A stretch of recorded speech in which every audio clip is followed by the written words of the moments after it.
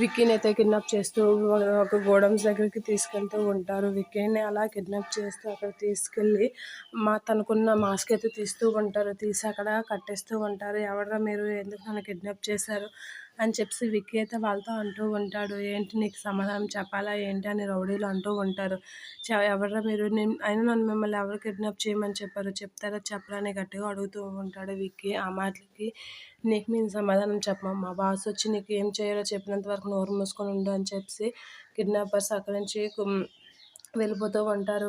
విక్కీ అయితే పద్మావతి గురించి నువ్వు చెప్పింది నిజమే పద్మావతి అని తలుచుకుంటూ ఉంటాడు. పద్మావతి నిన్ను తలవని రోజే లేదు, నువ్వంటే నాకు ఎంత ఇష్టమో అని మనసులో అనుకుంటూ ఉంటాడు. ఇక పద్మావతి అయితే విక్కీ షర్ట్ వేసుకొని మళ్ళీ ఎప్పుడు కలుస్తానో సారు అని చెప్పి అలా బాధపడుతూ ఉంటుంది.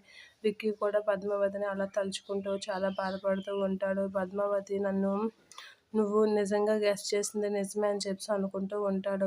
పద్మావతి అయితే ఏం జరుగుతుందో ఏంటో, సార్ అయితే దూరం అవ్వకూడదు, నా దగ్గరలోకి వచ్చేయాలి, అదేదో ప్రాజెక్ట్ పని అన్నాడు, అయిన వెంటనే వచ్చేయాలని చెప్పి అనుకుంటూ ఉంటుంది పద్మావతి.